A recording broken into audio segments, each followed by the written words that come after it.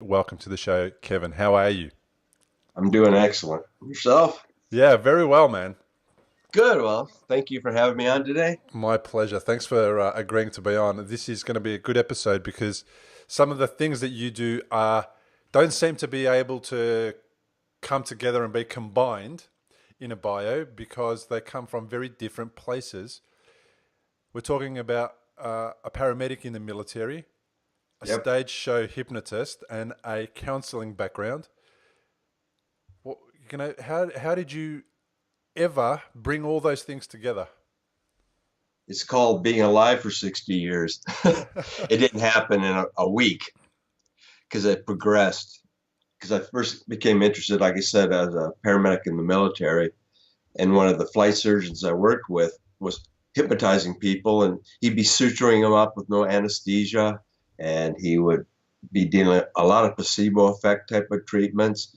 And like I said, watching women go through childbirth without any pain with a smile on their face, I was an 18-year-old kid then. And you're just gobsmacked at the power of the mind. And once you understand the placebo effect and see it in action, well, when I got out of the military, I got into the psychology industry and went through the training at uni and worked with injured workers. I think you call it work safe here. Is it Yep. what is that when somebody gets hurt at work here in Australia? Yeah, What WorkSafe is the one of the main bodies that uh, sort of supports to people to get back to work and also talks to bosses and employers about Yep, how to transition people back into work. So it's yeah. really important for people who are recovering from brain injuries or any other medical condition, but for us specifically stroke. Absolutely, work safe, and there's other organisations that can help bring people back to work and also pay for a lot of the medical costs if it's a workplace accident and if a employer was at fault, for example. So yeah, work safe. Yeah, so that's what basically I was doing in the States for 5 years. And then I got a lucky break and had a chance to come out over to Australia for a couple of years on a 2-year contract. And I ended up with a permanent entry visa and the work permits and all that stuff. And then America changed their stupid laws to where you could have dual citizenship. And geez, 27 years ago, they were giving passports away. So I said, I'll get my tree and flag. And I ended up staying. And that's when I got into the corporate market selling medical equipment because back then, hypnosis was illegal in the state of Victoria unless you were a medical doctor or a preacher. So they had really archaic laws. So I spent 10 years of my life selling medical equipment all over Victoria and Tasmania. And I also got picked up by a friend of mine who ran a modeling and acting agency. He says, "Hey, I can use a lanky yank like you to do that." Started doing catalogs and commercials and television. And I got little bit parts with American accent and then just evolved from there. And that sent me all over the world just doing catalog work, television commercials, catwalk, fashion, all kinds of weird stuff. So I never thought in a million years I'd end up doing that. And then when I We got back to Australia in about 1998, they changed the law in Victoria where you could actually learn hypnosis and start practicing it. So back then, did you guys actually call it hypnosis when you were in watching this gentleman in the military hypnotizing people and suturing people up without anesthesia? Not really. Back then, you kind of kept things kind of quiet. But what was really amazing, this guy, you know how in the military you got these officers where everything's a salute and attention and stuff. This guy was more just kick back and relax, and everybody. I mean, you'd walk past him and instead of salute, he'd just wave and say, "Hey, hi," just a super cool, passive, coolest dude. And everybody loved his bedside manner, which is the number one secret when you're dealing with people, especially in hypnosis, is developing rapport with people. And when you can get people to trust you and relax with you, and all of a sudden they just follow your suggestions, it's just really amazing, man. And that's what kind of sparked it, because I said, "You're using hypnosis on people." And he goes, "Shh." I mean, I'm just using bedside manner, rapport, chill out, relax. Yeah. And I mean, when you're in an emergency room, you got everything working for you because the people are afraid. You're in a uniform. They don't know what to do, and they're going to tell you they're going to follow your suggestions. And then you get that big light shining in on their eyes, which helps a lot. And you get them focused on a different direction. Well, then you can go to work with them, because the mind can only focus on one thing at a time. And that's another one of the secrets. When you get people focused over here, they can't be focusing on where you're working on them down here. Okay, so that sounds a real simple process, but when people come in, I imagine to a medical space from the military. They may have been shot. They may have had all sorts of serious injuries. Right. How do you get somebody to go from being in fight or flight mode, so almost dying mode, to concentrating on you? I know that rapport's got something to do with it, but that seems next level. It doesn't seem like you can just get there very, very quickly, or can you? Well, first of all, it's situational ethics. When you got a crisis like that, these people are already in a deep trance because it's called shock. And fear, intimidation, authority, everything is working for you. These people are already in a deep trance, so you don't need to hypnotize them. Right. Okay? So you wouldn't even, it's not appropriate to be using these techniques in that situation. I'm talking about little minor stuff where, you got a little kid that's yelling and screaming because he got a gash in his leg or arm, or a broken bone or something like that, and he's freaking out. That's when you want to use the techniques to calm them down, get rapport, get them focused on something else, and then you can work on them without making the situation worse by making them more afraid. Right. So, yeah, you got to be doing the right thing at the right place at the right time. Right. Right. Because hypnosis is not a cure. Well, hypnosis isn't going to cure anything. That's the first thing you got to realize. Hypnosis is not a cure. No. It just helps you make everything work quicker, faster, easier. Because when you're relaxed and focused, you can heal yourself a whole lot quicker than being all stressed out. Yeah, of course. That makes sense. So it's a tool to distract the mind by the sound of things. Yeah, in that situation, yes. Okay. So in hypnotherapy, so a hypnotist on stage and hypnotherapist are different. I know they have similar skills, but before we go down that path, and I want to understand how you've worked with people recovering from health challenges and all sorts of different things in your role as a counselor as well. Firstly, I need to sort of touch on the topic of childbirth, hypnotizing somebody during childbirth. So I understand the purpose of that is try to relieve pain, and I understand that potentially what it can do is minimize the amount of anesthesia or whatever you want to call the drugs that people get during childbirth to dull the pain. How is hypnotherapy or hypnotizing somebody helping in that area? Well, first of all, you need to learn how to deal with the right people at the right place at the right time. And that's what the screening is all about, because you give people a lot of tests, a lot of questions, because some people, if you don't have that rapport or they just don't get it, you're wasting your time. Okay? Because only about 25-30% of the population are really good subjects. And you have to be able to screen that out real quick. And then it's a conditioning process, because if I was a pregnant woman, I'd want to be working with her, or I'd want to be working on myself 6 months ahead of or 9 months ahead of the process of teaching myself self-hypnosis. Because all hypnosis is self-hypnosis. And the more practice that you give yourself, the better your odds. But a lot of times people will be walking in under a lot of pain and stress and anxiety and fear. I mean, the number one way to hypnotize somebody is fear and intimidation. And nothing fearful than going into a situation you've never been in before, like childbirth. Okay? So when you get people to relax, focus, breathe, all of a sudden they can calm down, they get in control of their life, they can get control of their body, and it's amazingly quite simple. And a lot of it is, it's so close to placebo effect, but it's not. It's just that fine line. Because if you stick a needle through somebody's arm and say, look, that'll hurt. And they go, oh, that's really cool. Then say, okay, now you can take that and move it over to here. Check that out. Then you can move it to here. Then you can do it to here. So it's a conditioning process. But I might add that you got to be really careful when you're working with people with pain control, because pain is good.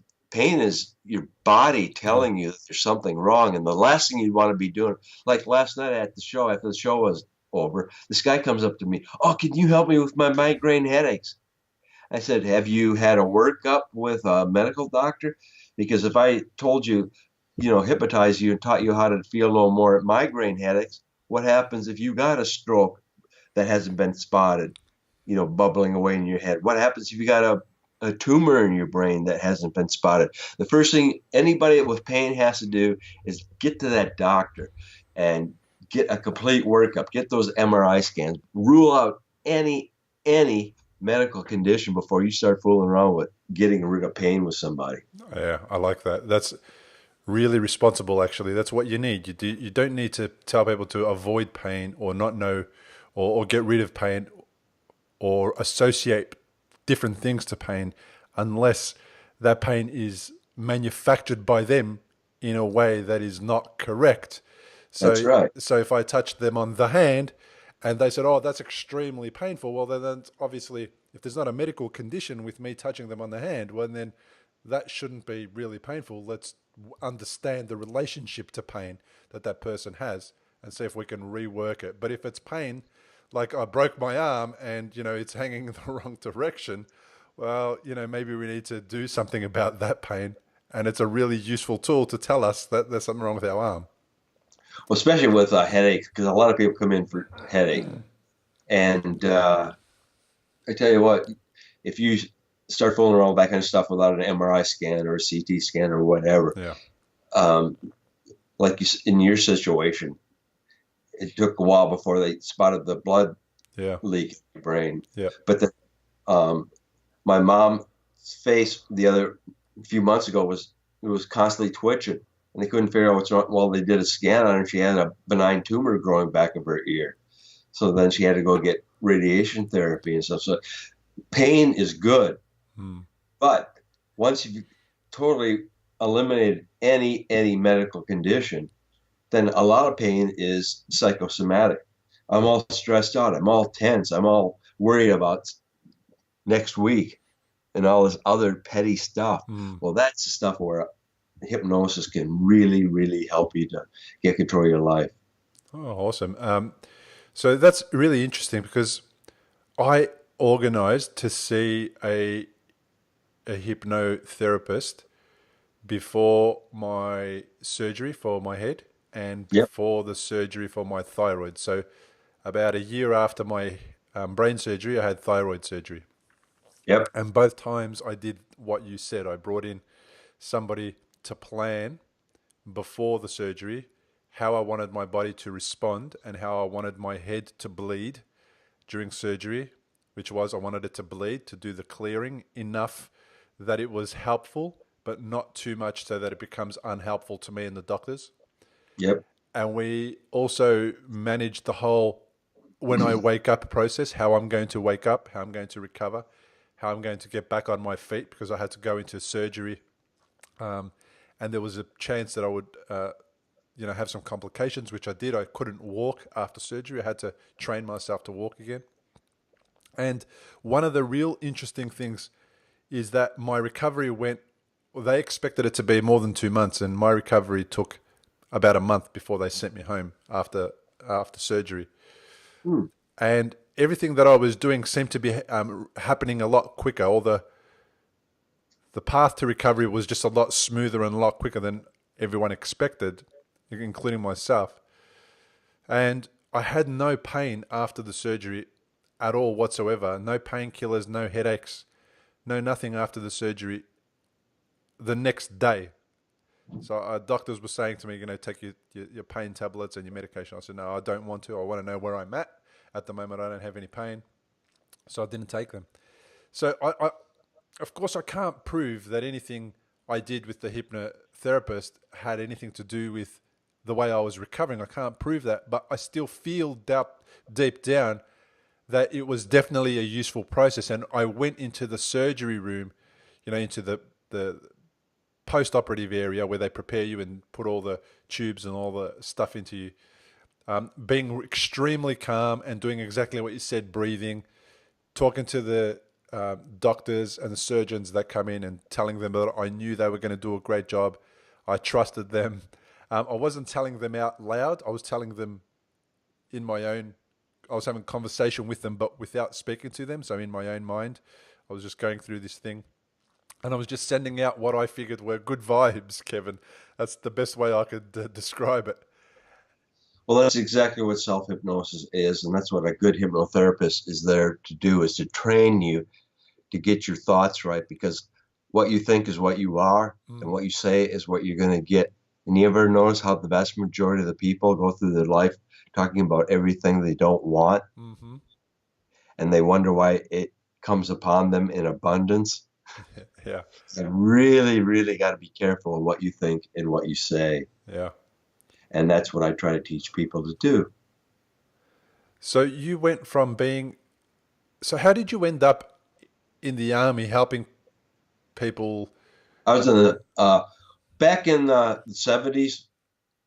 I was lucky. I joined in 1975 when they pulled out of Vietnam, Nice. but they still had a thing called the GI Bill, which basically says for every month that you spend in active duty, they would pay for a month and a half of college. So it was called the Poor Boys Scholarship. I'm the oldest of 8 kids. My mom and dad cannot afford to send you to college. And I said, well, if I spend 4 years in the military, I'm going to get 6 years of college paid for. They just pulled out of Vietnam. And guess what? The 4 years I was active duty, there was no war. Awesome. Nothing. It was peacetime. I think it was one of the few times there was peace in America. And I had a great time, great education. Plus, it gave you some maturity because I didn't start uni till I was like 23. And so I had 4 years military experience. Then I went to uni.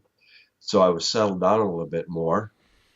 And then I just focused on the psychology courses. And then I ran into a guy that turned me on to hypnosis. And then I started taking the side courses on hypnotherapy and all the different things you could do. Plus, I got to work in research, actually work in clinical settings at university, hypnotizing people and practicing and seeing what it can do, what it can't do, what works, what doesn't work. Because I tell you what, there is a lot of mythology and a lot of bogus information surrounding hypnosis in the world. And you got to sort out the myth from the fact. The myth from the fact, does that tend to occur because of the stage hypnosis, where people, get this mixed idea about what hypnosis is, and they see people walking around and clucking like chickens? That's partly true. Stage hypnotists, a lot of them are really unethical. See, I work the corporate market and cruise ships and family shows, so I run clean, I run straight, and my job, because I also do hypnotherapy out of my house here, my goal is to get clients. I don't want to be scaring them and making them look like idiots. I want them to say, hey, this is really cool. Can you teach me how to quit smoking and lose weight? So that's my sales pitch, all right? Yeah. And I want to get hired back. But stage hypnotists don't help a lot. But I think it's more back to fear of like that Svengali movie or the Manchurian Candidate. Oh, I'm going to be brainwashed. The guy looks me in the eye and swings the watch, and I'm going to be out of control. And, movies don't help any. There's a lot of baloney going on there. And the medical industry don't really help a lot either. I mean, some of the most evil things going on the planet Earth comes out of the psychiatry industry and the pharmaceutical industry. So even though I come from a medical background, and I say that's your number one choice, I'm 100% pro it. I've also been around long enough to know that, hey, I'll always get a third opinion. Yeah, right. There's Tell a me, lot of things going on that you got to be aware of. But most of what you know about hypnosis is false. yeah. For example, I always preach all hypnosis is self-hypnosis. Okay? Oh, what does The that hypnotist mean? ain't going to hypnotize you. You have to hypnotize yourself. Uh-huh. And what do you do? Remember what you're Facilitate that? talking about here? The hypnotist was giving you the suggestions, but you have to follow them and you have to hypnotize yourself. Then you learn how to do it in the operating theater before, post-op, and pre-op, right? So you're doing it yourself. But also, hypnosis is the art of suggestion. See, everybody thinks, oh, you got to be all these inductions ranging from take a deep breath and relax and feel your toes, blah, blah, blah, blah, all the way to the rapid inductions and shock inductions. You don't need an induction. You just need suggestions. That's why they spend billions of dollars a day on television commercials, pumping you with suggestions to buy stuff you don't need. Right. Okay? That's how it works. So, Kevin, you know how I've gone through the process of, serious health issue, like a lot of people. For me, it was brain surgery, it was thyroid surgery, it was learning how to walk again. I know that you say, and other people that I've spoken to say that, hypnosis can't happen to somebody unless they want to be hypnotized. If I come to you during a condition like I'm recovering from, like a stroke related matter, and one of the things that I really must do for my own health and well-being is quit smoking or change some of my habits. And I come to you and I say, oh, well, I've heard that hypnosis works. Like I'll just go and see this guy, Kevin, and I'll get hypnotized out of smoking. Is that going to necessarily work if my heart's not in it? Like if I haven't decided that I want to be a non-smoker, how does that work? Can you It offer doesn't. it doesn't. You got to be motivated. You have to want to. See, that's the biggest problem that I face every single day. Oh, can you make me quit smoking? Yeah, I can put you in jail. Is that what you want? See, a lot of people, they want you to do it for them. Uh-huh. We are living in a real weak society where nobody wants to take responsibility for their life. They want you to do it for them. Bottom line, and that's where I get really harsh with people. I say, I will show you how to take responsibility for your life. I will show you the simplest techniques, and I can show you how to eliminate all the cravings and urges and desires, because everybody thinks, oh, cigarettes, it's the nicotine in cigarettes that I'm addicted to, and it's a habit. It's also, did you know that every cigarette's got about a teaspoon of sugar in it? No, So when you start smoking sugar, I mean, sugar is the most addicting drug on the planet, I've never which is heard why. that before about sugar and cigarettes. Oh, absolutely. And when you start smoking sugar, that's like smoking crack. And also, that's what causes lung cancer. All the molasses and the syrup and the sugar and stuff they mix with all the tobacco and the other chemicals. Where you look at cultures like Russia or the Native American Indians where they smoke air dried tobacco, they don't have a lung cancer issue with smoking tobacco. It's the Western world, and every country's got a different dose. Like England's got like 20% sugar in every cigarette you smoke Why the heck does a cigarette have sugar in it? because it's very addictive. Do you know why women like to smoke Marlboro Lights? It's sugar mixed with chocolate. Okay, so it's not actual chocolate though, right? It's not I can't go in there with a microscope and find a piece of chocolate, can I? Not literally like that. But is it The the? chemical makeup. Yeah, right. Okay. And a lot of the tobacco, spray it with sugar and molasses and tobacco, and then dry it, and then grind it up, and then you're smoking it, and you wonder why you're so addicted to it. So you got to break that sugar habit. Wow. And when you begin to learn these kind of things, and you can break that habit easily by giving your body what it needs. Your body's, when people get that craving for food or junk food or cigarettes, their body's craving for fresh air. It's craving for water. It's craving high quality nutrition that your body's not getting. And it's screaming for you to give it to it. But you've trained yourself through habit to get your deep breath, have a cup of coffee or a bottle of Coke, Mm-hmm. backed up by a bunch of Bickies or some more junk food. And then all of a sudden you get that sugar fix and that high for 45 minutes, and then your blood sugar crashes again, and you go through that cycle. You got to break that cycle by I like learning how to.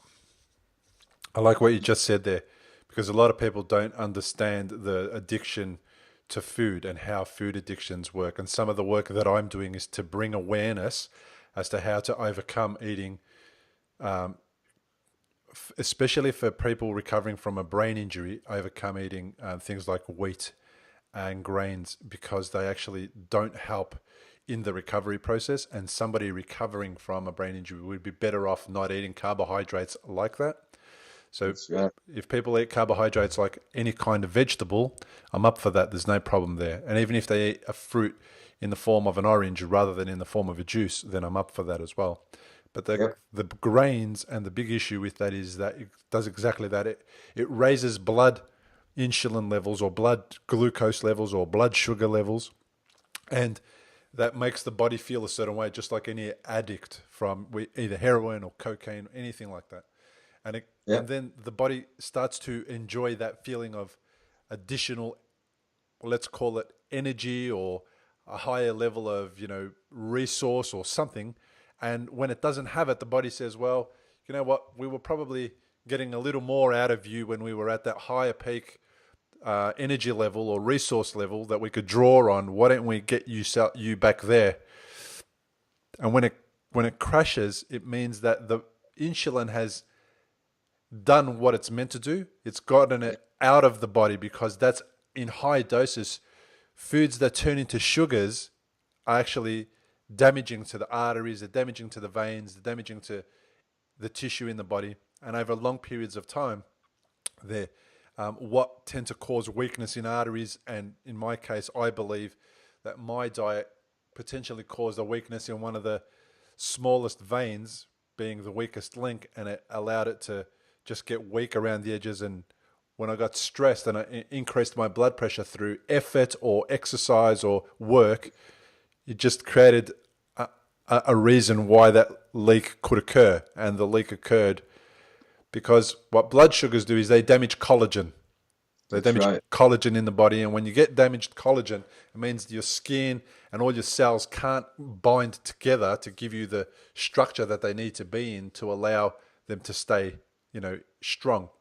So if we go through this process of being on high levels of glucose type diets, sugar diets, or diets that have food that convert into sugars, and we don't get them, then we associate feeling low. Without knowing it, we associate it to our food. So we've attached this, oh, I ate that food last time, I actually felt better. Let me eat the same food again. Let me get back to those high levels and I'll feel okay. So what you're saying about cigarettes and about other addictive substances is the same kind of thing. Foods and cigarettes and all those can play a similar role in taking us out of our own control, where we are not in control of ourselves, where a substance is in control of ourselves. Hmm. Does that sound? So it's important to breathe and learn how to become aware and learn how to give your body what it really needs, which is fresh air, water, and high quality food. And that's where people screw up. And the thing I like to teach people when I'm dealing with weight control issues is get rid of the grain out of your diet. I grew up on a farm in a ranch area in Montana. You know, you feed all your cattle and sheep and pigs to get them fat. Grain. Great. Get rid of it. Yeah. Eat fresh veggies, fresh fruits, high quality nutrition, whatever that you like. And I teach people to eat more healthy. Mm-hmm. And also, that's a good hypnotic suggestion because everybody, well, I got to eat less. I got to stop doing this. I got to do that. I say, eat more. Right. Health Right. Nice. gives your subconscious mind a suggestion that it wants to follow. Yeah. I like that because you're right. It is associated when weight loss diets are all associated with eating less. And when we take people to this place of trying to eat less, they think, well, how am I going to survive? I need to eat something. They don't realize that they can eat a lot more as long as it's a lot more healthy Well, food. the thing I teach you as a hypnotist in school is treat your subconscious mind like a very intelligent 7-year-old brat. You tell a kid, don't do that, stop, quit. No. What's he going to do? The opposite. Yeah, he's going to do it just to find out what he's not supposed to do. Mm. And when you tell yourself, I'm going to quit smoking, your subconscious mind is going, piss off. I'm not going to do it. But when you tell yourself, I'm a fresh air breather, there's nothing to argue with. Mm-hmm. You give yourself a choice. Do I want to take a couple of deep breaths? Or do I want to take a walk around the park? Or do I want to go get myself a glass of water? Or do I want to walk all the way down to the 7-Eleven and buy another $25 pack of cigarettes and kill myself? And when you give yourself them choices, also it gives you that chance to think. Mm-hmm. But you got to learn to talk to yourself properly Mm-hmm. and eliminate all the negative words because your subconscious mind will reject stop, don't, quit, should, don't, no. Replace those words with I am, I have, I will. I love myself. Yeah. When's the last time you said I love myself? I haven't said that for a while. Well, look in the mirror and I love myself. I'm going to take care of myself. Thank you. Yeah. They're powerful words. I can understand why they're important. Now, is that part of what you do when you're dealing with people who you're counseling, especially when they're recovering from an illness or they're experiencing some serious illness? How do you get people to go from understanding that although the illness may have changed things, that they can still be really productive, really healthy, and do really well in life? So I'll give you an example. So I experience on a daily basis, pain in my left side, numbness in my left side. My balance is off a little bit because my left side, I can't feel as many. I can't feel or get the sensation as I used to. So it's kind of like on one side, I've got this different version of myself, and Yep. that makes me. I get a lot of times to the point where I focus on what the problem or the challenge is because, I nearly fall over or I can't sleep at night because it hurts. So how do I go from being somebody who's experiencing this condition to somebody who, even though I'm experiencing this condition, I'm healthier than I've ever been? Well, when I'm working with people, first of all, you got to have that rapport and trust. And if you can't have that, then you need to refer it to somebody that you can relate to and is on the same frequency as you. Because I can only speak for myself, but when I'm hypnotizing people, I have to be in a trance with them. I'm teaching you how to hypnotize yourself, but then I go into a trance state and it's kind of like, it's really a strange, a folie à deux, I guess the French call it, where you got two people on the same page thinking that, hey, you can actually do this. And when you're working like that, all of a sudden magic happens. And then it's a matter of teaching you that neuroplasticity that you were talking about in your talk. Mm-hmm. That's when that magic comes in. Because you'd be amazed at what would happen when you start practicing other parts of your body. Maybe using, instead of doing something with your right hand, you start practicing with your left hand. Also, that's going to start triggering different neurons in your brain to start rewiring yourself to work differently. And that's what I kind of like to work with people, because I never worked with stroke victims, but I worked with a lot of people with back injuries and neck injuries and Hmm. stuff like that.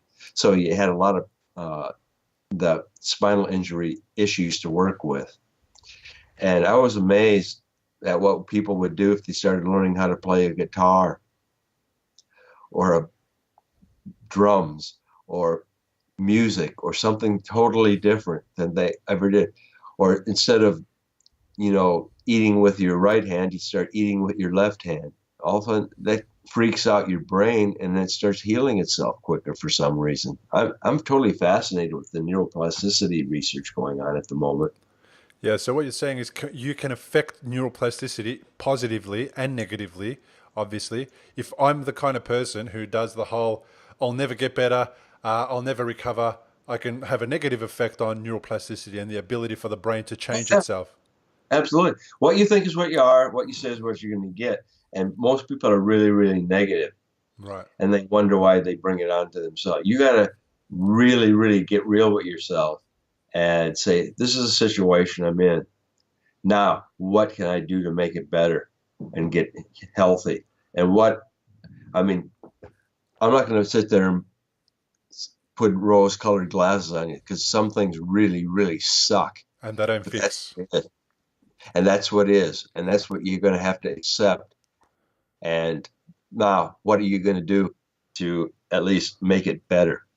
Yeah. To fix what we That's can or to influence what we can. Yeah. right. And here's the options that I got to heal myself quicker, faster, better, easier.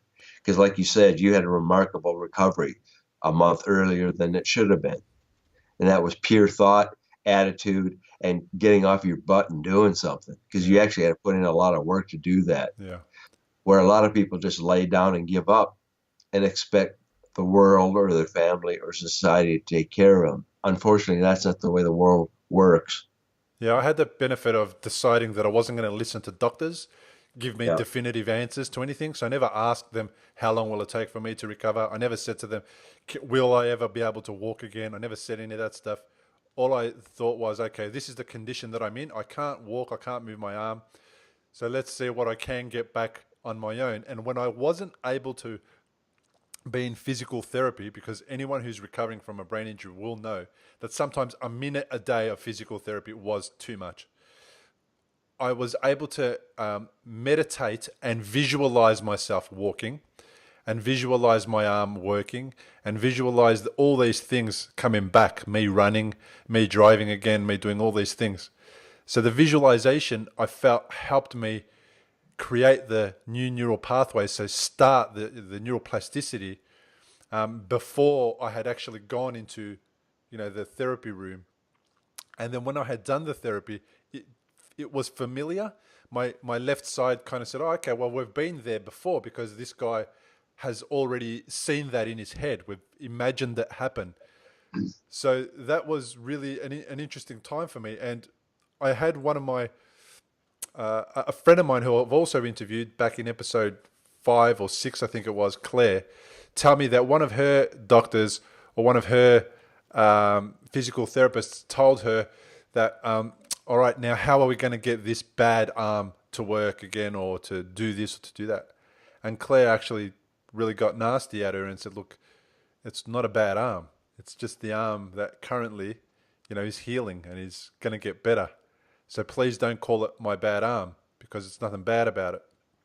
So I I my instinct told me not to listen to people and the words that they were going to say to me about and label my recovery in any way, shape, or form or my injury. Well, that's what they're teaching the medical society at the moment, in the medical community, is you got to be really careful of what you say to people, because they will take it seriously. Mm, And they've done a lot of research of people under anesthesia can still hear. So what you say in the operating theater during surgery, you better be really, really careful, because even though they're under the influence of anesthesia and they look like they're out of it, they're not out of it. They're hearing everything that you say. And you got to remember that. So That's something to be very, very aware of. And like I said, what you say to yourself and what you say to others. I mean, you remember that stupid line, sticks or stones won't break my bones, but words will never hurt me? Yep. That's crap. You can kill people with the power of your voice and words and suggestions very easily. And it's done every single day. So even somebody thinking or saying that your words will never hurt me, you're saying that those words can still have an impact somewhere on the unconscious. Oh, absolutely. Words are destructive. Like I said, you can use words to kill people with. Yeah, I do. If you want an extreme example of that, is check out the suicide bombers and kamikaze pilots. Yeah, they get told what to do and they do it. Yeah. So you remember the power of suggestion, which is words. And the words that you choose to give people, you can use it for positive, you can use it to make the world a better place, you can use it to heal yourself and others, or you can use it to destroy the planet. That's Yeah, a moral and ethical choice that you have to make.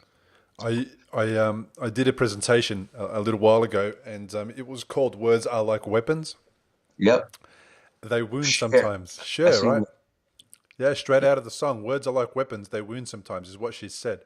And They kill sometimes. yeah, yeah, right. So I did a presentation. It was about 10 minutes. I've got a video on on the YouTube channel, and we talk about a gentleman whose name at the time I think I remember was Ivan, and Ivan was in rehab with me, and he was looking at his hand and calling it a bastard because what it needed to do, he needed to pick up this empty toilet roll and move it from one side of his body to another without it falling over on the short side, without it falling over. And his hand wouldn't grasp it because he had a stroke as well, and it wouldn't do that and it wouldn't move.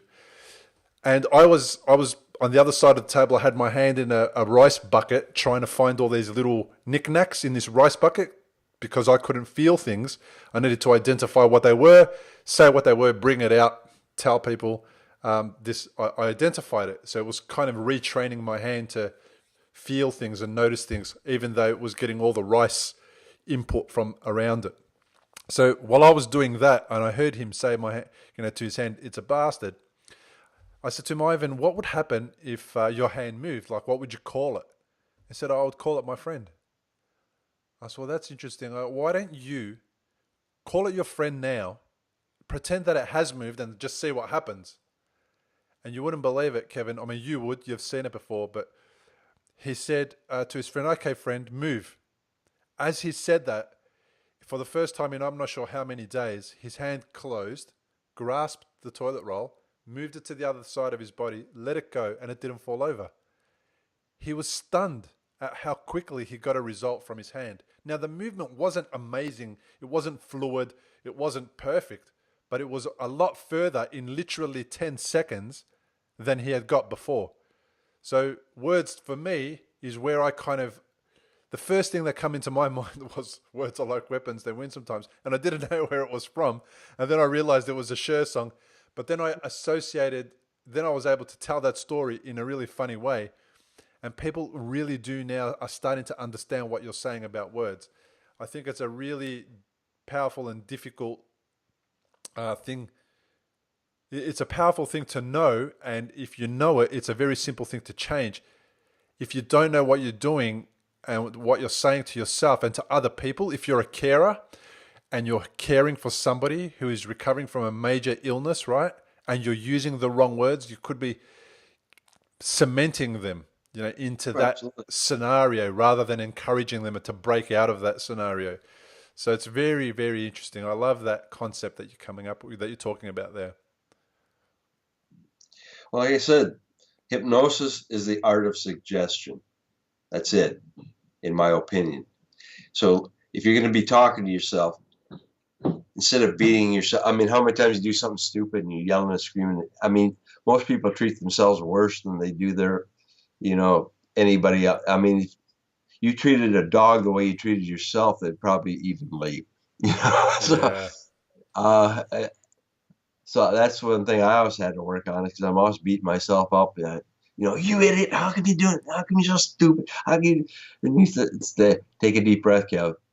Then you can say, look, I love you. I'm sorry. Please forgive me. Thank you. Jeez, cut yourself some slack. Yeah.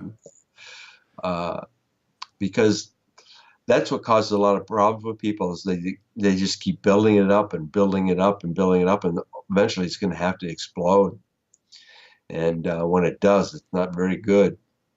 Yeah.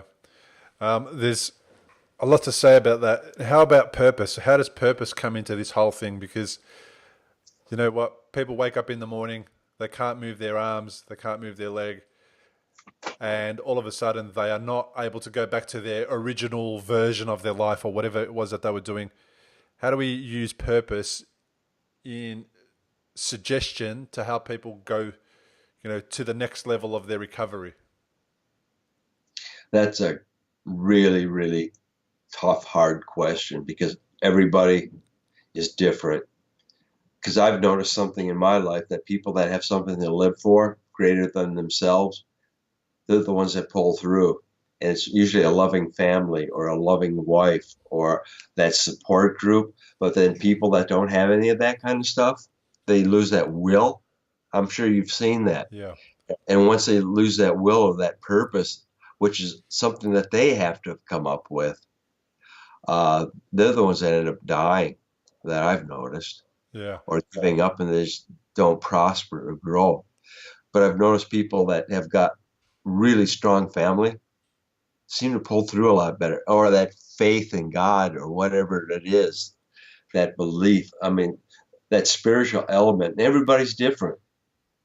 And as a counselor or a hypnotist, you got to be aware enough of that to try to help that person find that. And you can't do it for them. I'm Yeah. sorry, I can't. I'm not good enough to do that. I can't make people do something they don't want to do. Yeah. So if they did have a purpose though, but they didn't know how to fulfill it or they didn't know how to go about it, can we support somebody who is feeling like at the moment their body isn't helping them get to their purpose or get to their better place? How do we support them then? Like, how do we give people the opportunity to remain patient and calm? And Well, that's where you have to go back to what is. Take your time, learn to breathe, visualizing what you do want, picture, imagine, act as if mm-hmm.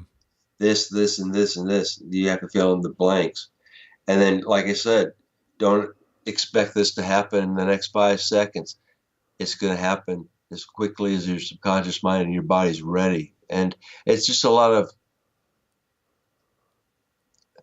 it's really strange because I don't work on scripts Yeah. and how-to manuals or anything Yeah. else because I kind of, here's the situation, here's what I feel, this is what I see what's happening. If this isn't working, then I can switch over to something else. And I think that's what being a stage hypnotist has really helped me because when you're up on stage, you don't have any scripts. There is no rehearsal. It's 100% live, 100% improv. And if that don't work, you got to go to that. So you learn how to tap dance really, really good. And that's helped me with working with a lot of different people and a lot of different issues. Yeah. Something doesn't work, try something else, right? I'm switching and moving because everybody's different. Yeah. See, a lot of people, they go in there, okay, here's my script for quitting smoking. And then they wonder why their success ratio is so poor. I don't run on a script. Each person that you meet is a unique shooting star. You have to find out what they want, what they think, what they believe, what they want, and then tie it into how are you going to take responsibility to achieve the goal of getting what you want. Because at the end of the day, I'm not going to do it for you. Yeah. I'm going to show you how to do it yourself. Nice. That's much better. Very empowering. Kevin, it's been a really interesting chat. It's been a fascinating understanding of what it is that you do and how people can help themselves recover. Tell me, if somebody wanted to find out a little bit more about you, where would they go? Well, just go to Kevin Grise, the Hypnotist, and I splatter all over, or Australian Stage Hypnotist, because that's what I'm focused on at the moment. Yep. I focus because I do a lot of traveling and I'm on the road a lot. But a lot of people, if they see the show, well, they want to learn how to do it for quitting smoking, losing weight, managing stress, or blah, blah, blah, blah, blah. I can show you the path because I teach people how to become their own hypnotist. That's my goal in life, is to teach everybody how to watch what you think, because what you say is what you are, and what you think is what you're going to get. So be careful of what you do.